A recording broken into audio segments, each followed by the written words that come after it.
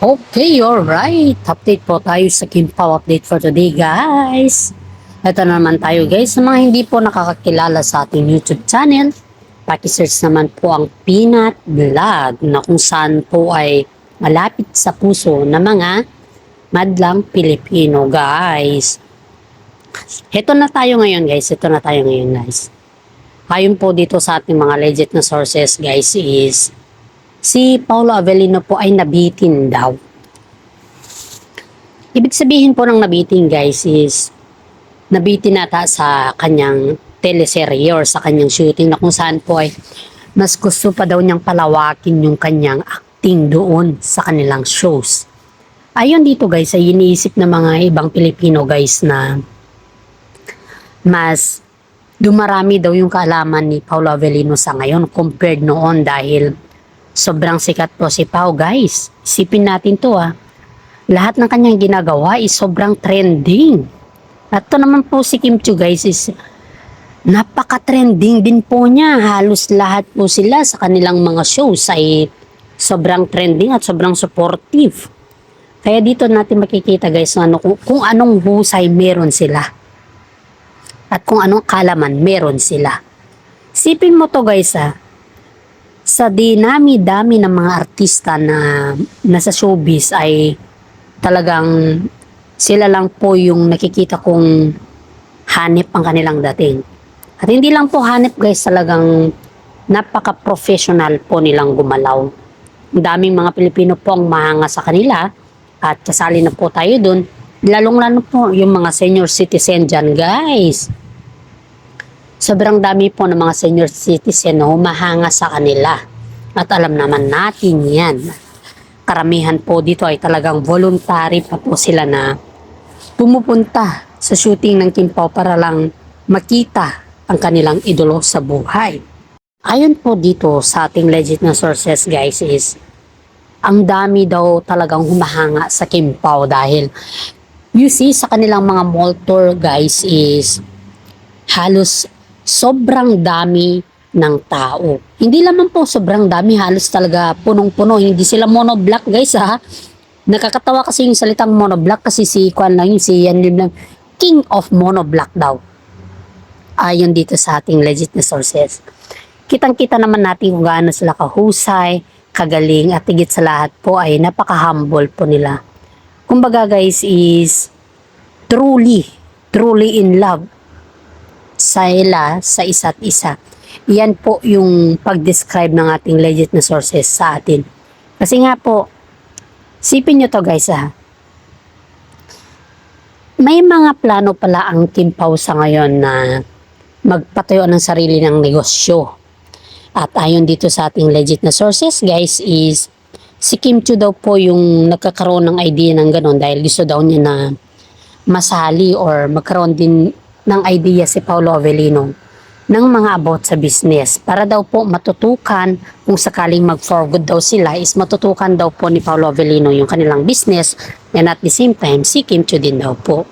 Ayon dito sa ating legit na sources, guys, is talagang sobrang hanga po tayo dito dahil ang iniisip ng dalawa ay hindi na yung buzzers, guys, Ang iniisip po nila is yung kanilang future.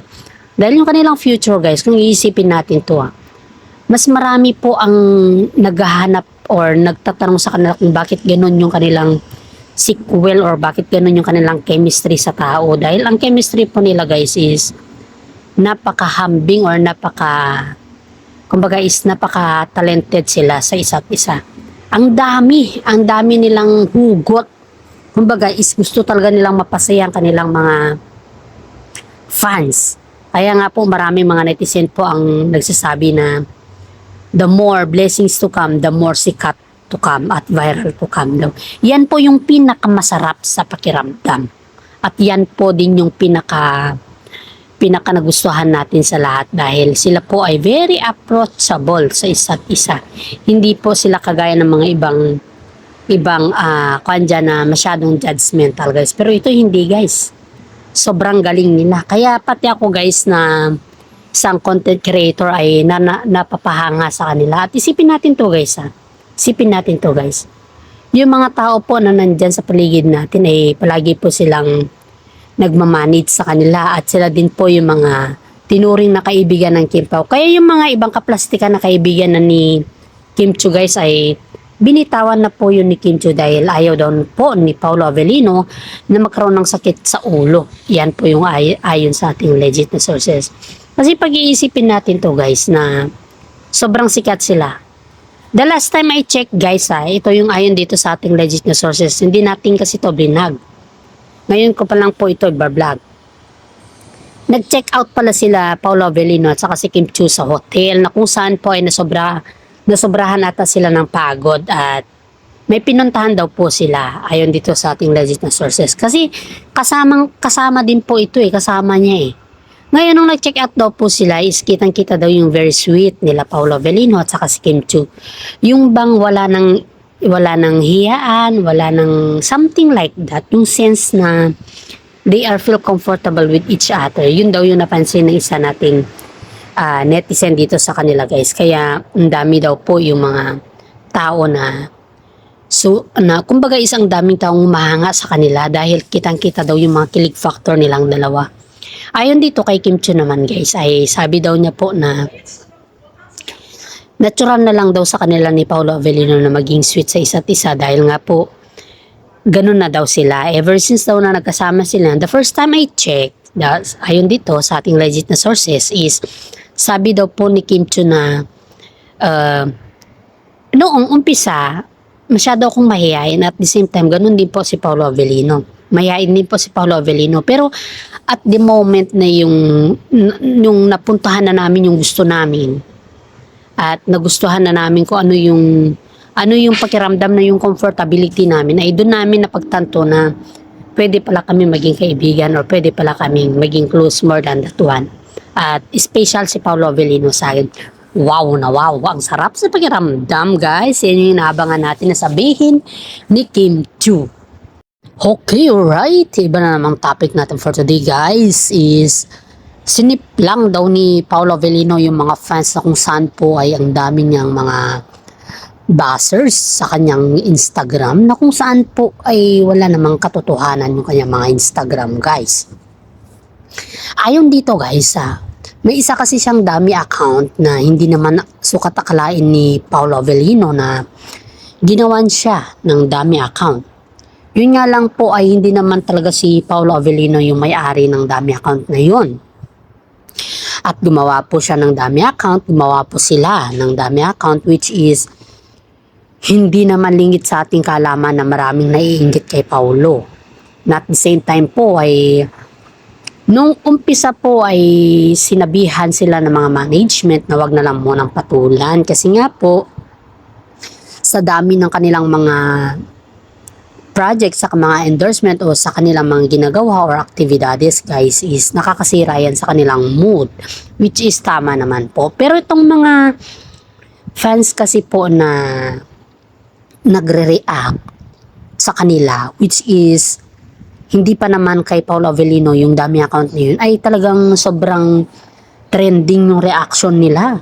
Halos pasira na po at halos lahat ng mga sinasabi dun sa kanilang mga comment case is talagang nahuhubaran sila Paolo Avellino. Parang ganun yung in the sense na sirang-sira sila.